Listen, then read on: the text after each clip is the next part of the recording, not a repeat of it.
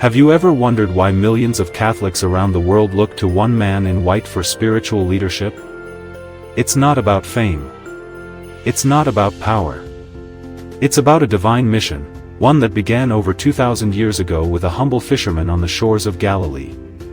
When Jesus looked into Peter's eyes and said, "You are Peter, and on this rock I will build my church," Matthew 16 verse 18, he wasn't giving a metaphor. He was establishing a foundation, firm, living, and lasting through all ages. Peter was not chosen for being perfect. He doubted, he denied, he feared. But Jesus saw his heart. And in that brokenness, Christ built strength. The Pope, as the Bishop of Rome, is the direct successor to Saint Peter. This isn't just a title, it's a sacred responsibility passed down through the centuries in unbroken line. The Catechism of the Catholic Church, CCC 882, teaches, "The Pope, Bishop of Rome and Peter's successor, is the perpetual and visible source and foundation of the unity both of the bishops and of the whole company of the faithful." In a world divided by opinions and noise, the Pope is a visible sign of unity. A shepherd who reminds us, over and over again, to fix our eyes on Jesus. Just as Peter once fed Christ's sheep, John 21 verse 17, the Pope continues this mission, teaching, guiding, and guarding the faith. Not as a king, but as a servant. Not as a celebrity, but as a father. The title, pontiff, comes from the Latin pontifex, meaning bridge builder.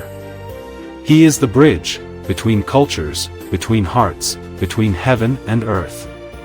The Pope does not invent truth. He does not change the deposit of faith. Instead, he preserves it, like a steward protecting a treasure not his own. Under the guidance of the Holy Spirit, he helps the Church interpret and live the gospel faithfully in every age. Through him, we are reminded that our Church is not a mere institution, it is living, breathing, and guided by Christ himself. Jesus promised, "I am with you always, to the end of the age," Matthew 28 verse 20. And that promise lives on in the Church he founded, one, holy, Catholic, and apostolic. To believe in the Pope's role is to trust in God's plan. A plan that doesn't abandon us. A plan that gives us a shepherd, even today.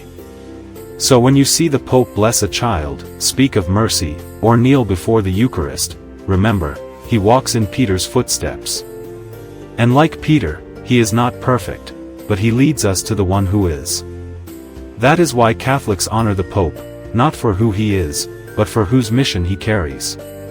He is a voice echoing across time, calling us back to the rock, back to the Church, and always, back to Christ.